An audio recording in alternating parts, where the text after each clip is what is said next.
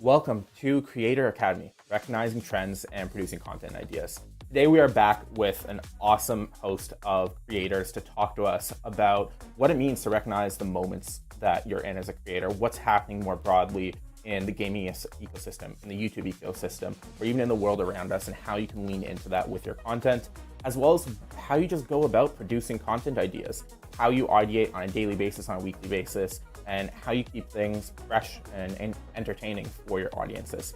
So to intro who we have here, Ash, would love if you could start off by just giving us a quick intro of yourself, and then we'll go around the room. AKA Clash with Ash. I've been covering Supercell games for almost a decade, almost 10 years, and I currently cover Clash Royale. I also have a few other YouTube channels where I cover other titles as well. And then Kenny. What's going on, guys? My name is Kenny Joe. I cover mostly Clash of Clans. Been at it for about 4.5 years consistently. Looking to explore other games in the future, but that's basically what I do right now. And Cashman, you're up. Tell us who you are. I am Cashman, and I'm a Clash Royale content creator primarily, and I've been doing this for 3 years? I don't know. It's flown by. It's just been one big blur. Awesome. Well, great to have all of you here, a wealth of experience here that's all very specific to the Supercell ecosystem, which is awesome. We'll be able to talk about sort of some nuances of the different games and some different approaches that all of you take. But just to start us off here, Ash, would love to start with you. And if you could just tell us about what is your process for coming up with new content ideas? What does that look like? And then would love to hear from the rest of you in terms of how does that compare to your process and how do you normally go about ideating? Yeah, absolutely, Matt. So for me, I never like to be the day of, and I don't know what type of video I'm going to be recording, right? So I always like to have an idea for tomorrow's video today. Ideally, maybe 2 or 3 videos ahead, especially being a daily uploader on, several of my channels. I don't like to put that pressure on myself the day of. So basically, I'll try to, just by playing the game, I'm sure even non-creators, you're playing the game and you just think of things that if I was a YouTuber or whatever, I would do X, Y, or Z, or I'd make a video on this. So sometimes the ideas just come to you. And those are the best ideas because they don't require a ton of brainstorming and thought and ideation. But other times, you're kind of stumped. If you make videos, even a few a week, after years and years and years, this is thousands of pieces of content. It can be pretty daunting to always come up with fresh ideas and not just recycle the same exact content. So what I like to do is it's kind of some exploratory research. So every, week or so, I'll open up, like I have a bunch of channels that I admire on the way that they package their content together, right? So you can give somebody, 3 different creators, you can give them the same exact footage and have them make a video, and the end result is going to be so different. Obviously, their personalities is going to be different, their voiceover, et cetera, but also the magic of how you can tell that story, how you can package that content, right? So what I like to do is I kind of search, over the last decade, other gaming content creators who I admire, not necessarily in the Supercell vertical or the genre, but anybody really, is I'll kind of bookmark them. So I have my secret kind of bookmark tab on my computer. And what I'll do is just for inspiration, I'll open all the tabs in a new window every so often. And then I'll just take a look at what they've been doing recently. It's kind of a little scan. If they have certain videos that are popping off, or sometimes I'll just sort historically based on total views on their entire channel and just say, okay, what is their best pieces of content? And then I use that to try to get a little bit of inspiration if it relates to my channel. And as I said, oftentimes these games are not the same game. I really don't do this with Clash content creators, but I just try to look for these ideas, these kind of seeds of a story I can tell or a thread that I can pull that I haven't before on the channel. So for me, those vehicles are the way that I kind of, get my video ideas every day. Kenny Joe, what about you, man? It's interesting to hear that aspect because it really depends on what kind of content you're trying to produce as well. Like, when you're playing the game, like you said, you can see things that are happening within the game. It's going to be triggering to players and even yourself at times. And a lot of times with some content, I tend to plan out weeks, sometimes months. It depends on whether it's like seasonal content or something update related. But at the same time, I do the same thing where we have like this list of creators that I, look up to. They do great things. And it doesn't necessarily matter whether they made a video on a certain topic because I have my own personality or my own ways of executing that content. So a lot of times, like, you can look at content that's been posted by somebody else and you say, all right, what can I do with it? Or can I address that topic? Is it something that's controversial? Is it going to be something that gets the viewers hooked?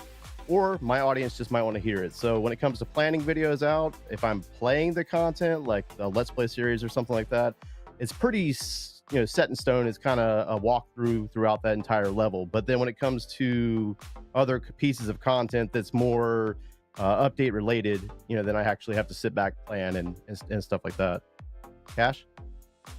So if we're talking about inspiration, I agree with you guys about the whole getting inspired by using, like, looking in like the gaming sphere of content creators, seeing what other people are doing outside of your niche. But I find even like I find it's even more successful when you even go further than that. Because the problem with YouTube, I love YouTube, like, don't get me wrong, it's amazing. TikTok, it's all amazing. But if I go on YouTube right now, I'm going to see on my homepage Andrew Schultz podcast. I'm going to see Clash Royale content, basketball videos, football videos. The problem is finding new content creators can be difficult. And so the best thing that I do to find trends is I just ask other people, like, what videos do you watch? Right? Friends, family, other content creators. What's your favorite YouTuber? What do you watch on TikTok? Because people see different things. And if you're too in your bubble, it's hard to break out of it. So using external sources in your life to kind of get an idea of like, oh, this content creator, I've never heard of him, and I probably would never have heard of him as well on my YouTube channel if I didn't ask someone for his name. it's very valuable, and I don't know if a lot of people, do you guys do this? Is this just me? Do you guys? Oh no, you're absolutely accurate in that. A lot of times I watch a lot of vlogging channels. I mean, I watch Neistat, Peter McKinnon, and I'm always like trying to educate myself outside of the niche itself. Just because I'm a gamer doesn't mean that I can't learn a new camera tip or a new way to present content, and I do that all the time actually. Yeah, and Cashman too, you mentioned like basketball channels. It's funny you mentioned that because I'm sure you already know this trend too, because man, it's been a trend for probably a couple years. You know, it's nothing like brand new, but it's like, oh, they make a 3-point or they make a half court shot, but every shot gets more incredible or whatever, you know, Yes. like it's little things like that you're like, okay, how can I make a piece of content where something happens and every time it happens, you know, whatever. And that's where these, you know, to your point, that's where these ideas can kind of formulate. How can I take this awesome concept and apply it to my game, you know? Yeah, it's super valuable tool. It is a very valuable tool, but even doing stuff that's like really far outside of your comfort zone, because like I hate romantic comedies. That's one thing I hate. I hate watching them. But there's value in there because people watch them. There's a reason why people like them, and trying to figure out what that reason is and how you can kind of not incorporate it, but understand it. And then even go further, see what beauty channels are doing, see what people, I watched recently, spelunking, is that what they're called? When you go into these caves and you can't move. And I never understood it. I was like, I don't get it. But some of my friends are like, it's amazing. It makes you feel. I was like, what does it make you feel? Just really understanding content outside of your niche. It's so valuable, especially for longevity, especially so you don't get that tunnel vision where you're just in this cycle where you're doing the same thing over and over and over again. Because not only is that not going to be good for your content, but it's also not going to be good for your mental health. You just kind of feel stuck. And it's like a breath of fresh air where you're able to like, oh, this is the creative juices are going again. Let me try this. Let me take that. That's absolutely accurate. With the mental health aspect to it, it's like you get caught in this, you just got blinders on like this right here, and you cannot get out of that if you don't look at other pieces of content. I mean, I have to force myself to make time to look at things like TikTok, because even though I post on TikTok, I have to start flipping through. You know, I have to remain relevant to what everybody else watches, because if I don't mold my content or adjust the thought process behind the content, then I just kind of fall behind more and more and more, to where it seems like you're a little outdated because you're not staying up to current trends or tactics used for editing, presentation, and the type of content that you're posting. So I'm a fan. I'm a massive fan of both of you guys, right? Cashman and Kenny Joe. And I have witnessed, so to speak, your like rise to stardom, right? Because I saw you guys honestly grind like so many other content creators, like I did too in the beginning days, for a while, until you kind of hit your groove. And the kind of the, I don't want to say ironic thing, but the thing that I observed on both of you guys, which I was excited to have the panel, speaking alongside you guys, is that you both, even though you're really hip on trends and keen on seeing like what other people are doing, and you're students of the game, so to speak, but I see, and I'm curious of what you guys think about this, but the way I look at both of you guys is you kind of broke the mold a little bit on both of the games, and kind of in a similar way. And maybe this is not reflective of your content like right now, but at least when I saw you guys really start to take off in terms of your channels, you both kind of catered to an audience that didn't have creators catering to them as much. You know, Kenny Joe, for you, it was kind of, at least as I remember, it was like Town Hall 8 and 9, like kind of a certain area, and even lower. And for Cashman, it was kind of like mid-arena gameplay, which in both cases, there's millions of players, but it didn't seem to me like you guys were capitalizing on any trends. It seemed like you guys both identified a niche that wasn't being served well. Correct me if I'm wrong. That's actually pretty accurate. I mean, when I came back to Clash YouTube in 2019, I stood back and I looked at the list of creators that I used to follow back when I first started content creation, and I just realized that the main focal point was competitive gameplay, which is so important. We love watching it, but at the end of the day, I had a lot of questions for myself. How do I get back into Clash of Clans hardcore? And I realized that there was a massive gap for the free-to-play coverage on, like, just teaching the average person how to play Clash of Clans, and that's what I targeted. What about you, Cash? Mine was a little different, actually, because like I started as a Twitch streamer, and my idea was, okay, I'm going to focus all my efforts on Twitch, and I'm going to become the best Twitch streamer, and then I'm going to start doing other things, Instagram, YouTube, whatever you have it. And I was so focused on Twitch that I looked at what was successful on Twitch and I tried to replicate it. Not only did I try to replicate it, I thought that's the way I was going to be successful, because I saw players like Morton and Boss, and they're like getting more views than me, and they were at the best, the top game. They were showing the best gameplay possible. And I was like, okay, I have to do that. But then actually, I was in a meeting where, of all people, Orange Juice Gaming was talking, and he's like, hey, like, there is a competitive scene. Like, people like to see the best of the best, but there's 99% of the player base is more or less casual. And that got me thinking, wait a second. And then I got out of the Twitch side of things and started looking at YouTube. I started looking at TikTok. I started looking at Instagram. I started looking at these other platforms, and I was like, oh, this is the audience for Twitch. It's the competitive scene. It's very, so you kind of have to.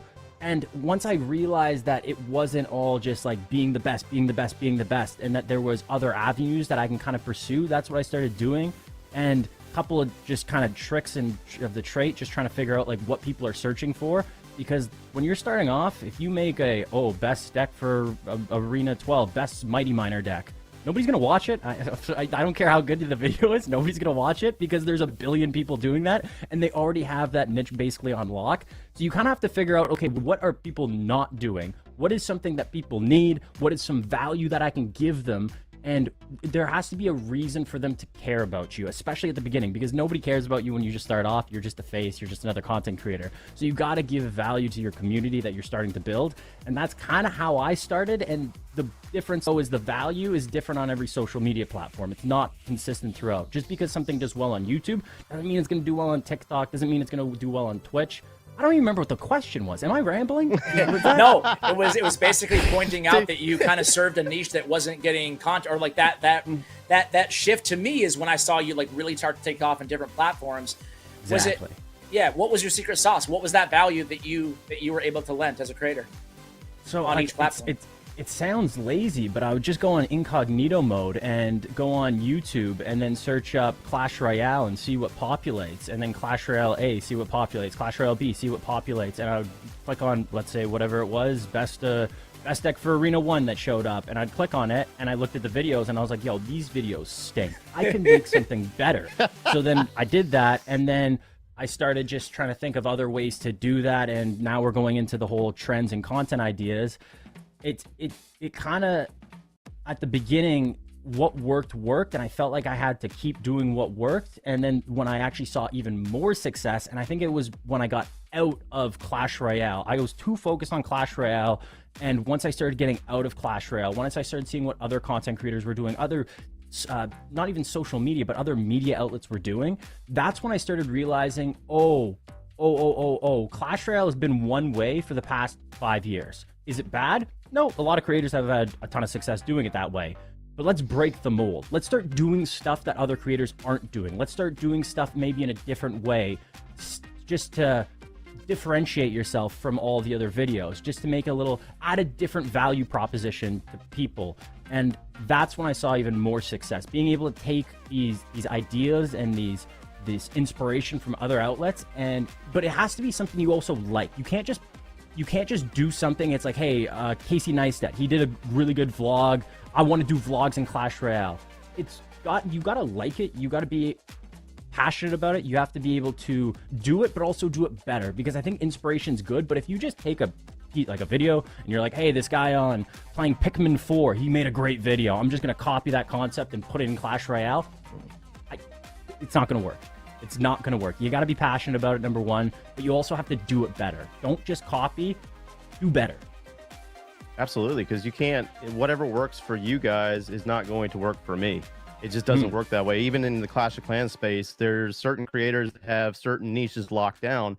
Even if I wanted to go replicating what they do and try to match their success, it doesn't mean that it's going to work, because I might not have the personality for that.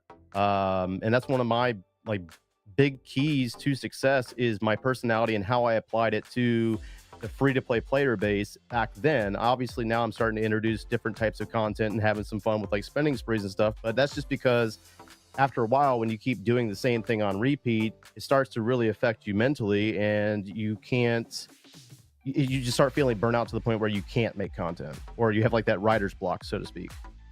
I'd What do love you guys to do? jump into that Yeah. for a moment, the writer's block, because that's something that I think a lot of creators can struggle with. And I love the examples of, okay, how do we look more broadly outside of the gaming space and take best practices there and integrate that into our own content. But for those creators where they are in a moment where they do have significant writer's block, where they feel like they've been doing that same thing over and over, and they're struggling to see the connection between what other people are doing more broadly in rom-coms, for example, and how they connect that to the content they're doing, where can creators go, or how do creators approach that when they're stuck and they don't know what to do next, or how to come up with new compelling concepts? And would love to go to Ash, you for this initially, and hear your take on that.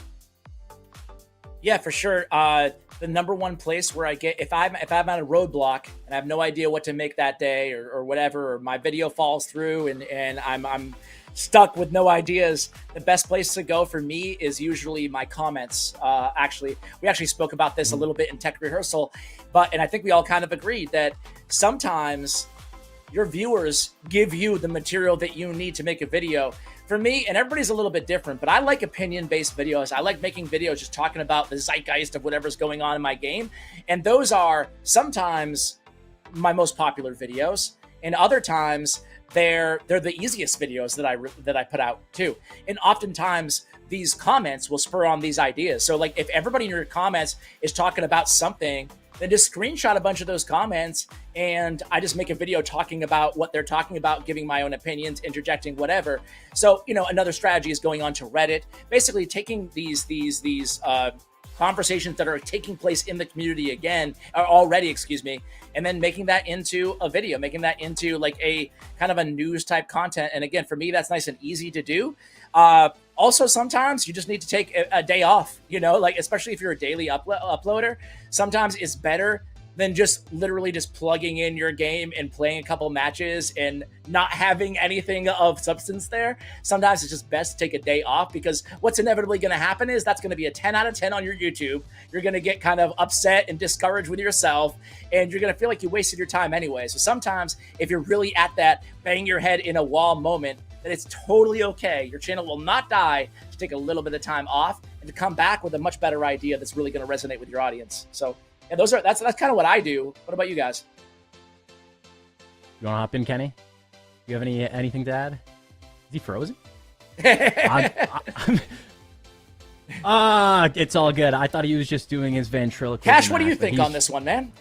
so everything, you kind of touched it a little bit that I want to mention is the whole taking a day off, because right now I think everything we've talked about, and I agree with you wholeheartedly with the comments, it's something that people don't use enough. Use your community, use the community you do that a lot you're part too. of. Yeah. It's such a cheat code, and it really is. I don't know why more people don't do it. Just make sure you give credit to whatever commenter that you're taking the comment from, just because that's the way that you get more and more good comments, and also it gives validation to the commenter itself. I think it's best practice. It just makes it a little bit more, makes me sleep easier at night. But everything we've talked about so far has been inspiration for coming up with content ideas.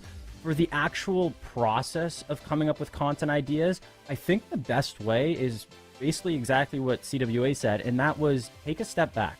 You cannot think of a good video idea when you're grinding, recording videos, editing videos, trying to reply to comments. When you're working, you can't think of a creative idea. Nobody's ever came up with a creative idea when they're working. The way to come up with an idea is taking a step back. And at least personally for me, I like going on walks with my dog. I find that's when I have some of my best ideas, when I'm just walking in nature and you have your thoughts to yourself.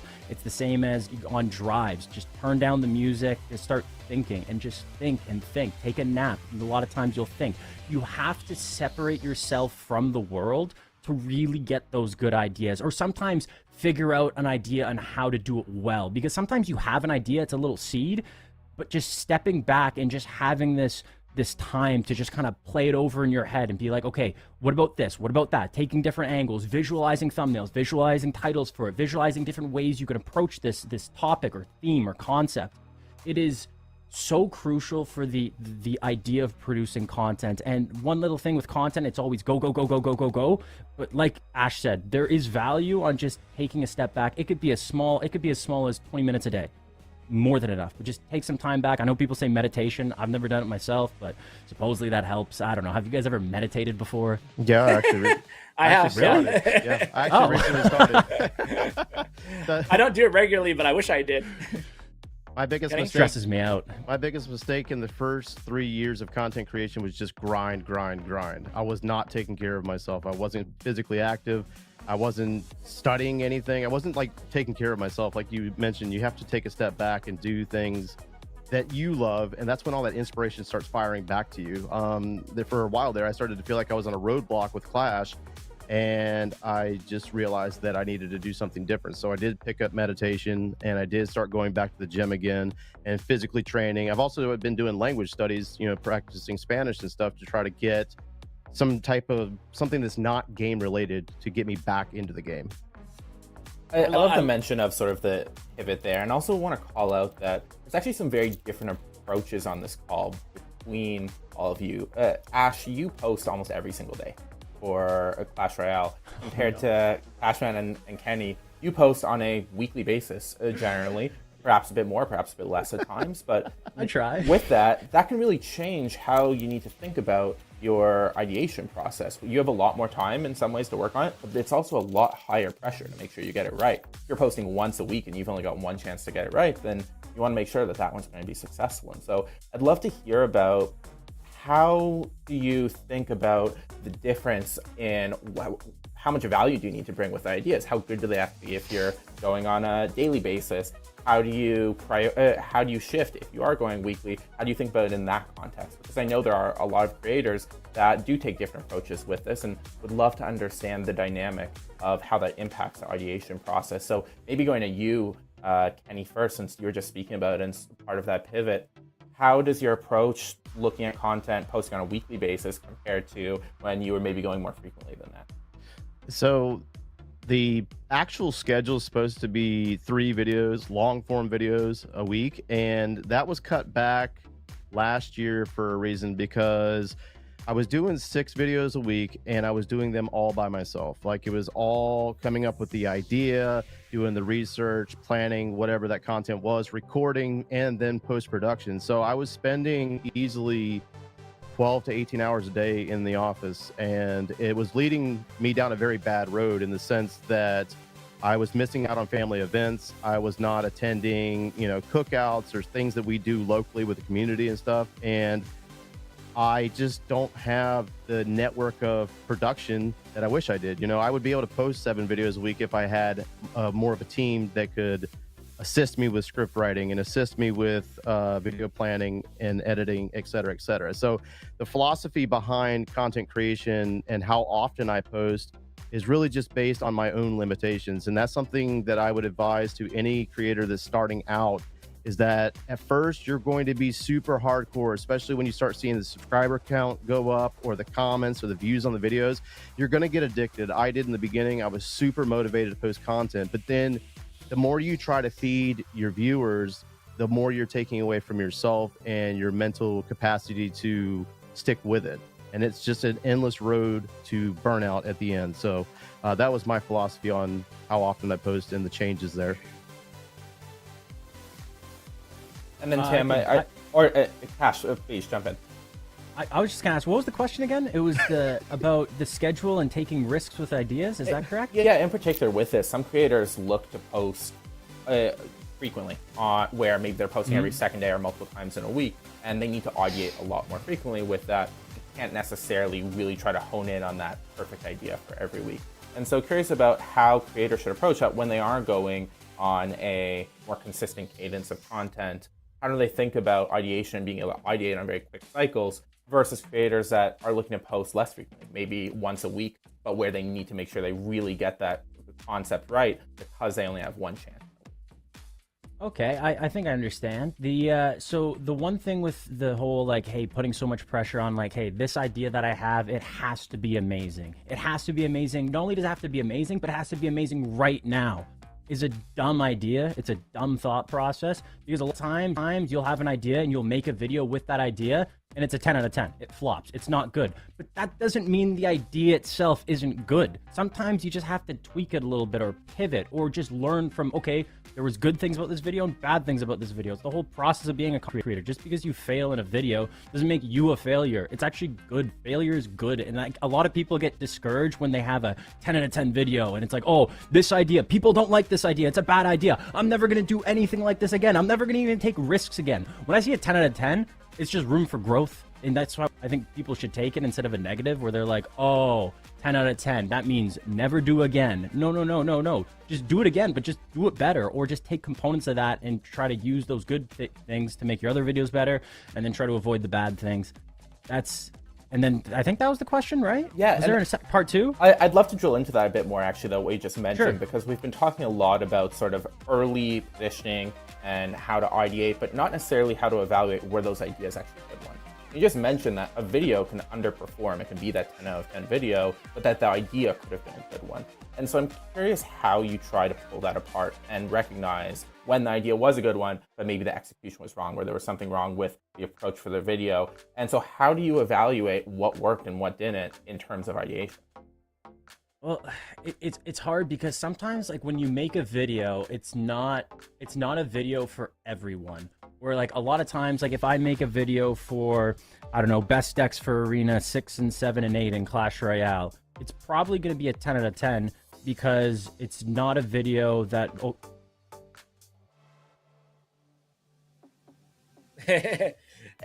And It was another a one good- goes down. It was That's a good okay. point, though. I think I can pick up the mic and carry it. But like, I know exactly what Cashman was talking about there in terms of that's an evergreen piece of evergreen content that's going to SEO forever, right? So sometimes you expect those type of videos that is not necessarily directed at your subscriber base, but moreover, like the entire player base of a game. Those sometimes will be the videos that surprise you, right? Those are the videos that get that initial 8 or 9 or 10 out of 10 and then come back to surprise you over time as being some of your top performing videos. It's important as a creator to identify that, right? And then to, not be discouraged and make more of that content in the future. Yeah, I think that if I hadn't taken risks, I would not be anywhere near where I am today. Because like, just because you saw an idea, like let's say you looked at another channel, they made a video topic, and you say, I want to try that, and then it ends up being 10 out of 10. It was just a bad, just a flop, and you want to instantly say, okay, I'm never doing that again. But that's like Cashman said earlier, it's an absolutely massive mistake, because when I first started taking off on taking chances with the content that actually launched my channel, I was getting barely 100 views. Like we made a hard pivot from competitive gameplay to free-to-play content. So of course the audience on the channel was not pleased at the time because they wanted to see competitive hardcore war. And I was like, sorry guys, like I just have to start exploring this idea. And that could have been very devastating to the channel, but it's also my commitment and how I just spearheaded it and tried to push it deeper.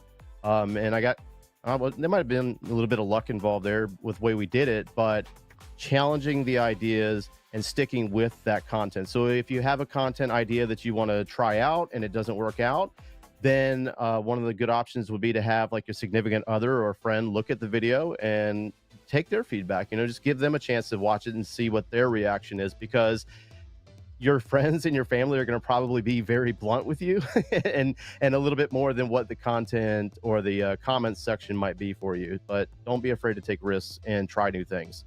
And let's talk more about that collaboration.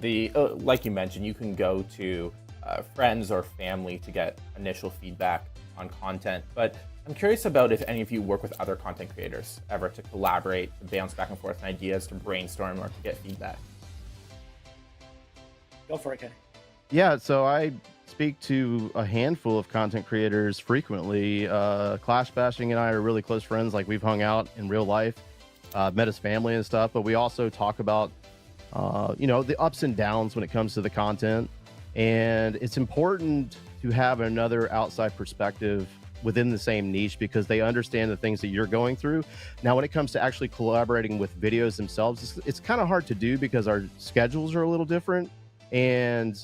But his feedback is so valued when it comes to having a bad day, a topic flopped really bad, how can we improve on certain things?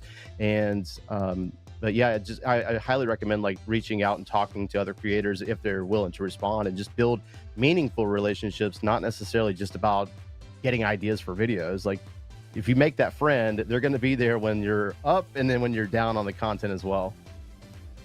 Yeah, thoughts on collaboration, but just to rewind just for a brief moment in terms of like the daily content. And I do think, I just wanted to mention on the last question, I think that you have to make a bit of a sacrifice in terms of quality, obviously, right?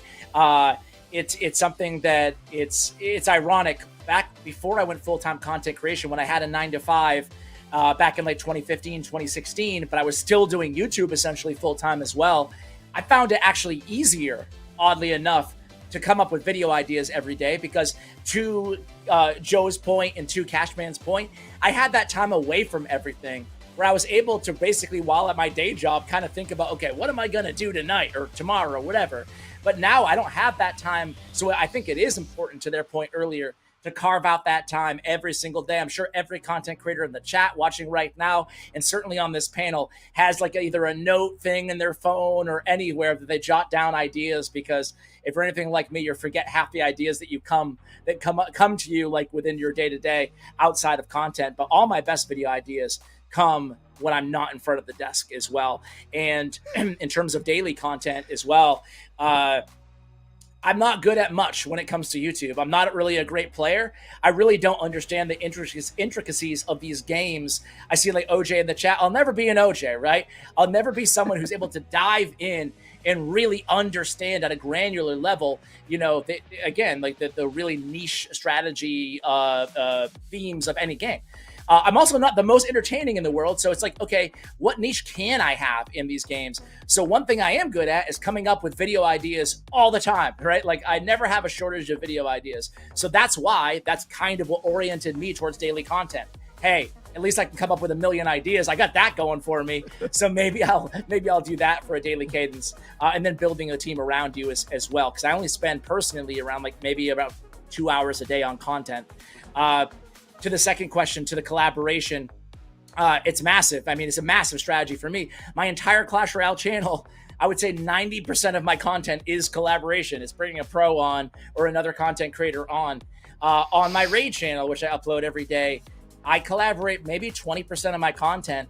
I'm a big believer, not just for the idea, not just in the sense that you can run your ideas by each other and talk shop a little bit before and after the collaboration, but also it's so important, at least to me, in terms of a growth strategy, to develop that YouTube cluster. If you collaborate with somebody, you know, not only are you introducing your audience to them, or they're introducing your audience to you, you might get maybe a 10% conversion, maybe a 5% conversion, but that's still substantial. If we're talking about thousands of viewers, that's going to be, you know, new subscribers to your channel.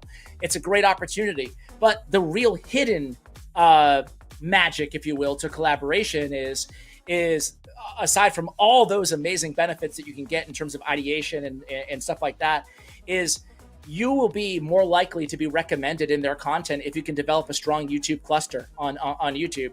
Meaning that, like, if you associate yourself with a different channel and viewers of X channel starts watching Y channel, the more that you collaborate with more people inside your ecosystem, the more subtly your content will be, you know, recommended, automatically by the algorithm under their other videos, not even necessarily the collaboration. So I think that it's great. It's a great way to just really build yourself within an ecosystem.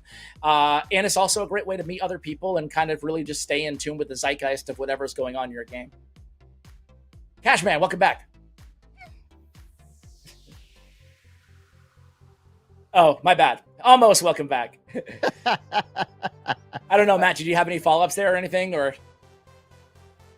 And Tim, just jumping in there, you just mentioned zeitgeist, which sort of speaks to one of the other things that we're here to talk about today, which is trends, recognizing moments that we're in, recognizing things that are happening in the YouTube space and just in the world more generally, or even in your specific game, and how you lean into those. And so I'm curious about, how do you think about the moments that are happening, whether it's around an update or things that are happening more broadly in the world, and do you look to integrate that at all in the kind of content that you do? Do you look to lean into it, or do you try to stay just more focused on your audience and sort of your niche? everybody's absolutely different. I don't think there's a right or wrong answer on this one, but my personal answer is I stay away from like religion and politics. I'm not looking to have a cesspool on the internet, of course, but outside of that, like hot button issues, I think the first and foremost, the number one thing to understand is who your audience is, right? I mean, who you're talking to. I do like to interject cultural things going on. I give movie recommendations, show recommendations, book recommendations, but I always have in the back of my mind who I'm talking to. I don't say the same things on my Clash channel as I do on my Rage channel because my average Rage viewer is a 35-year-old male. My average Clash viewer is a is somewhere in like the 20-year-old male. So it's quite a bit different in terms of the things I'm going to be talking about. Obviously I'll still touch on some personal things that there'll be plenty of crossover, but for me I think first and foremost, I just want to understand who it is I'm talking to and not rambling constantly about things that they would have no interest in. I'm not going to be talking about, my love for He-Man with my 20-year-old audience, I'll save that for my 35 and 45-year-olds, Absolutely. And Cashman, I think you're back with us now. I know hope you've been so. Listening in along the way. I am. So Let's So go. you've got the mic. Would love to hear from you on everything we've talked about. We've talked about collaboration, and how we collaborate and ideate along the way, how we lean into trends. Would Okay. love your thoughts on all of this. Perfect. Yeah, sorry about that. I had a power outage, a rolling thunderstorm supposedly, so hopefully I don't go out again. I chimed in. I heard a lot what Ash had to say, and I think he crushed it. I think all those, a lot of benefits to collaboration, how to do it. For newer people, though, for newer content creators, there's a little practice that I would recommend for collaborating. And if you reach out to a content creator, don't just say, hey, let's collaborate on a video sometime. It's dumb. It's annoying. It's really annoying when you just reach out to someone and, hey, let's collaborate. No. What you should do is you should have a great idea for a video. And you say, hey, I got this great idea for a video. This is the idea. This is how it's going to go. Do you want to be a part of it? So much better, so much more successful to it in that way than just being, hey, Kenny, do you want to make a video sometime? Kenny's not going to say yes. He's going to say absolutely. He will say, sure, yeah, I'll for sure, and then never follow up. So make sure that you have a killer video idea. It's absolutely nothing wrong with asking, but when you come in, like you said, Cash, when you come in and you say, I just want to collaborate, my thought process is, okay, I need to research to see who you are, no offense or anything, but you just might not be on my radar. And now I have to figure out what that video topic is going to be that's going to include you. And it's just so many things that go into my mind when it comes to a collaboration. Like, it's a little different when you have like-sized channels talking, but when you have, a newer creator that just wants to get seen and he might be watching your content and supporting you in live streams and stuff, which is wonderful. But you also have to come to the table with some type of input to assist. And I mean, if I had somebody approach me and say, I want to do a collaboration and this is the video topic, I'm like, if that's a good topic that I really want to touch, we could probably do that, Yeah, So. I think I've said this before, but it's all about value. You got to look at your content. You got to provide value. If you're looking at other content creators, you have to provide value. If you just think, I know I'm saying this word a lot, but if you just have that word at the back of your mind for everything you do as a content creator is value, but not for you, for others, you will be a lot more successful. And that's speaking great of advice. providing value here, just a quick call out, and then Ash will go to you. If you're in chat right now, feel free to put your questions. If there's anything that you're looking for us to speak to, anything that would be particularly valuable to you, please put the questions out there. We're happy to talk about them here in this room. But otherwise, Ash would love to go to you. I know you're about to jump in there. No, I was just going to echo the same thing. I think that's the golden rule that Cashman just broke down for everybody right there. It's so important, and I can't tell you the number of times the same thing. It's just like, hey, let's collab, and you're like, if you're a small creator, one of the best ways to grow your channel is to collaborate with a big creator, right? But the onus is on you. You need to have a great video idea, and you need to almost be spoon feeding it to the larger creator and doing all the work for them too, because the last thing you want to do is, hey, by the way, do work on top of this, like help ideate this video. So like the best for me, and this has happened to me before, I'm not sure if it happened to you guys, but like when a small creator reaches out with a killer idea, basically a video they thought was going to be a banger on their channel, and they're like, hey, I want to give you this idea. I will do all the work. and can I just come on, and present it? To me, that's like, well, hell yeah, you can. That's because that actually saves me time. I don't have to make a video idea. So that is the best strategy there, in my opinion. One of my very first collaborations was with you, Ash. I was like 1,000 subscribers, and I was like, "Hey, there's this update coming out. They're doing like something with Clan Wars. Can I like come on?" we just like it, and we did that round. We did that round robin with Heather back in the day. I can't remember her actual channel. Clash Shooter. Yeah. And that was like my very first so way collaboration. back in the day, man. Oh yeah. Yeah, absolutely. No, but I love, I think the overall theme here is collaboration is amazing. Just be thoughtful, around who you're talking to and what you're bringing to the table. Great point there. Gosh. Absolutely. Just a quick question here from chat asking about shorts and how to think about those for your channel. And also would love to expand the question in terms of how do you ideate for a different content form? So for something like shorts, is your ideation process different at all or than what you would do for something like a long form video? And also, how do you think about shorts in terms of your overall content strategy? Is it something you like to use? Is it something you stay away from? Shorts are probably one of my biggest boosts this year. It's just like TikTok.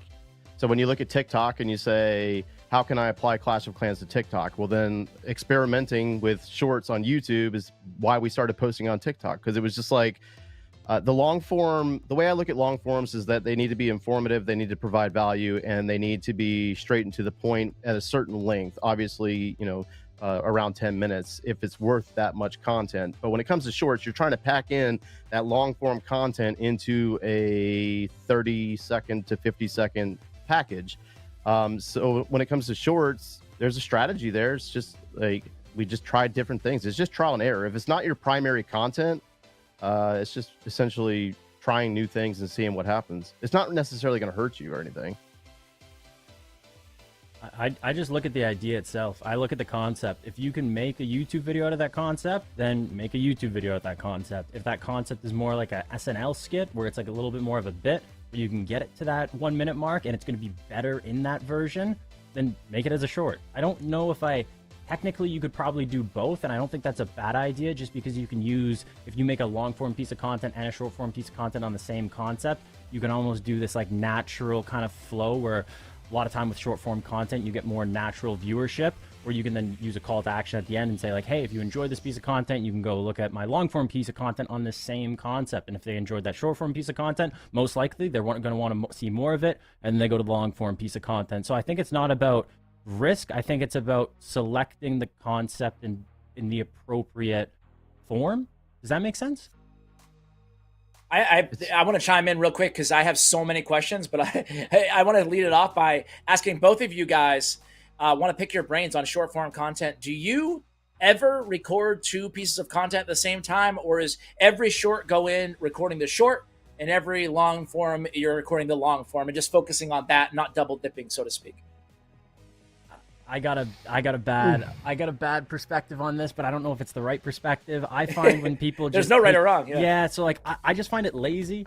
I find it's lazy when someone just takes their long form piece of content, cuts it up, and then just puts it into a short form piece of content. Maybe it's just me, but when I see a piece of content like that, I immediately know, oh, this isn't the original piece of content. This is a subsidiary. It's a regurgitated version of it, and it's not optimized for short form content. At least I notice it right away. I don't know if do you guys notice it right away, because I just find it lazy and I feel less. Oh yeah. Okay, yeah, So, I feel less invested. Yeah, my strategy with long form and shorts are two different products. Like I've learned over time, and this just works for my channel, I can't speak for other channels, is that I'm talking to two different audiences. Long form content tends to address people that are interested in watching an entire video, and shorts are just fast and it's going to be mass produced and pushed out. So I always build my long form, and then I'll build a separate short on the same topic, but I got to shrink it down into a watchable package. Appreciate the answer, fellas. One quick follow-up. Do you look at the TikTok audience and YouTube short audience as one and the same? Meaning, will you double post your short content on both platforms, or are there differences where you're more apt to, post one piece of content, short content, to one and not the other? Everywhere. Post it. Okay. Instagram is real. Yeah. Shorts, Instagram, everything. TikTok. Yep. It's not about the audience. It's about the content itself. If it's a good piece of content, it will find an audience. It will resonate with an audience. There is an audience for content, but good content. It's got to be good. You can get lucky and just regurgitate some clip from your stream, and maybe it goes viral. Maybe it's super famous. Maybe everybody watches it. But it's not gonna have longevity. You can't just keep doing that forever. Maybe it works with some formats, like podcasting was one that came to mind. I guess with podcasting, you can't really, like, that's something where you see a lot of Gary success. Vee's the master of that, right? He Exactly. like cuts up one thing 50 times and it's always interesting, you know? Yeah. Yeah, so I guess it depends on your niche, but at least for Clash Royale and Supercell games and maybe gaming in general, I don't find it works very well unless there's like a really cool moment and you're just like, hey, this is such a cool moment. I need people to see that. Other than that, don't spread yourself too thin. Don't just be like, oh, this moment's okay. Let's see if people like it. It's just it's lazy. My final short question for you fellas is for Clash of Clans and for Clash Royale for Supercell games, right? Do you guys think of when you think of like short content? Do you think the proof is in the pudding in terms of what the actual piece of content is, or how important is titling and like theming or packaging, thumbnails, whatever that stuff on a short on a VOD? I feel like it's an important part of the video. What about shorts? Is it like really important still? Shorts, yeah, but with shorts, it has to be very baity in a way. Like it's still talking about a topic, but it has to be kind of baity to keep them watching it, because you have their attention for literally 15 seconds if you're lucky. And if it doesn't come out fast, if that title's not on point, they're just going to keep swiping through. And you can see that when it comes to the retention on a short. But you don't necessarily need, I don't thumbnail shorts or any of that stuff. I make sure that it has a strong title, and I might drop a few key terms in there, keywords in there to support the topic itself. But I'm actually kind of lazy when it comes to shorts, and they tend to get watched a lot more than my long form does. Ash, I'd love to jump in on something you were just mentioning there, which is that a part of ideation is more than just coming up with the idea. It's also thinking about the title and the thumbnail and pieces like that. Right. I'd love to actually ask Cashman, starting with you, when you are ideating, what does that look like in terms of what are the pieces you're figuring out? Are you just figuring out the idea? Are you building, or are you going all the way to building out a full script and figuring out exactly what the narrative is and what every piece of that content looks like? So, like, I guess I'm stealing this from Mr. Beast, but it has merit, because even if you have a really good idea and you think it's a really good idea, it's a good idea in your head. You can visualize it, but it doesn't mean that it's going to resonate with other people. So one good practice is to pitch the idea to someone else, and here it's like, hey, I got this great idea. Let me, do you want to hear it? Pitch it to them. And a lot of times I do that, and people will be like, that's a dumb idea. And I'm like, okay, I got to go back to the drawing board. Or some people are like, that's an amazing idea. And then I'm like, boom, okay, I have something here. But now the video, the idea itself isn't everything. I think maybe, I don't even know what percentage wise, you could say 80% of the video comes down to the thumbnail and the title. And if you cannot translate your idea clearly and concisely in a title and also in a thumbnail, don't start making that video until you can figure that out. Because the amount of times I've been in a pickle where I'm like, oh, I have this great idea, I make the video and I'm like, okay, I'm gonna figure out a video title soon, I'll figure out the thumbnail later, and you're sitting there and you just can't. It's been some of my worst videos in that situation. Really, it sounds dumb because I'm not like the whole prep guy with CWA. I know he likes to have his videos ready early, blah, blah, blah.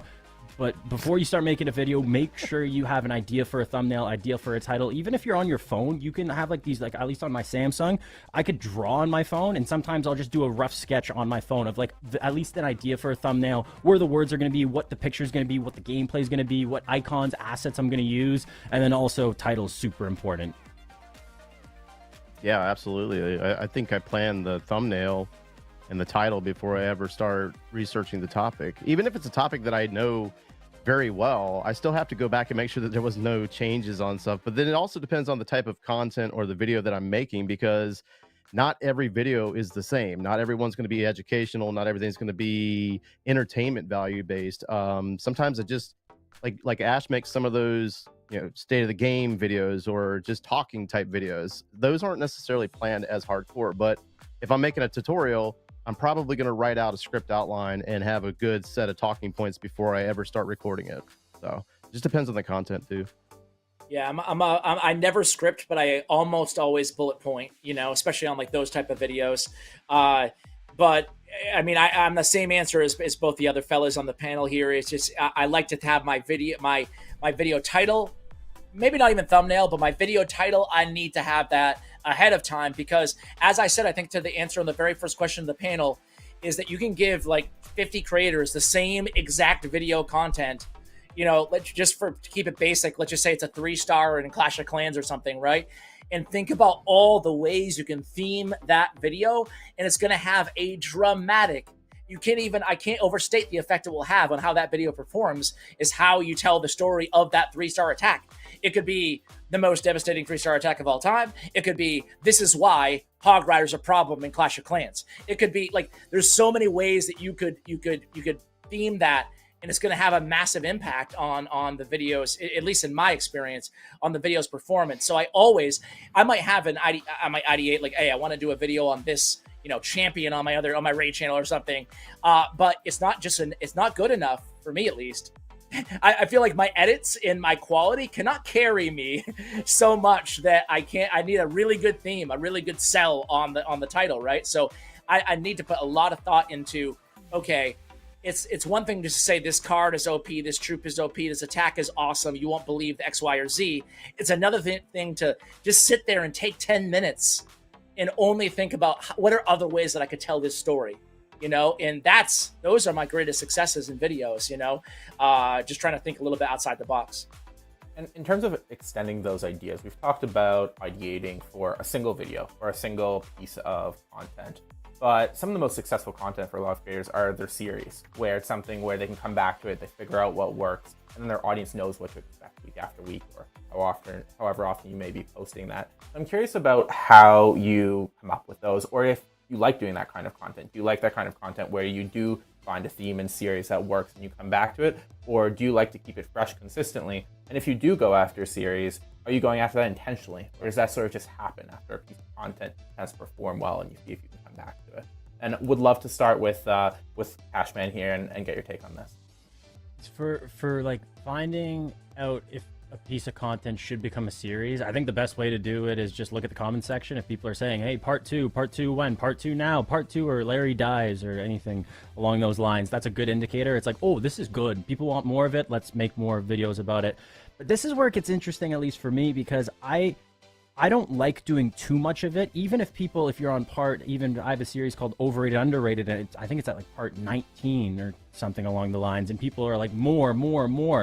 But you get to a point where it's like, I don't want to do more. Not only is it's kind of boring, I want to do something else, but I also don't want to be known as that person. I don't want people to be like, oh, I want that piece of content, and if it's not that piece of content, I don't want to watch it. So it's kind of a double-edged sword, where yes, like you said, it could be super successful series, but it's also scary because you don't want to get the series to define who you are as a content creator. I can definitely speak on this. Absolutely, jump in, Kenny. I'm dealing with what he just said right now, where I started in 2019 again, and I was doing all Clash of Clans free to play. Essentially, it was a walkthrough showing people how to play through the game without spending any money. And then it got to the point where something that I didn't take into account early was the upgrade times and costs for higher levels. And so I navigated through that. It took me literally a year to do 13 and 14, Town Hall 13 and 14, and it got so bad that I didn't have daily content anymore. I had to resort to like a monthly update video on what's happening with the account. And then here we are 4 years later, because it literally takes 4.5 years to max an account, so to speak, in Clash if you play consistently. And now that's all a lot of my repetitive commenters want. It's like, when is Town Hall 15 free to play coming? It's like, I'm not doing that because it's just more work than what it's worth to me, and I'm just bored doing the same content on repeat. And that's where we're at now, actually. I'm gonna quickly chime in and buck the trend and say that I respectfully disagree, or not disagree. I think it's to each his own, right? But like, I will milk that proverbial cow until there's no milk left. I'll keep going back to the series. Part 510 is like, honestly, like, you see this in actors sometimes, is that like, I saw like I don't know, I'm making stuff up, but like if you're on a sitcom for a long time, or like James Gandolfini's always going to be Tony Soprano or whatever, you know. But like for me, some people don't mind that, and some people do mind that, and it all comes down to like you have your own creative autonomy and license, right? But for me, if people love a series personally, like I'll just keep going.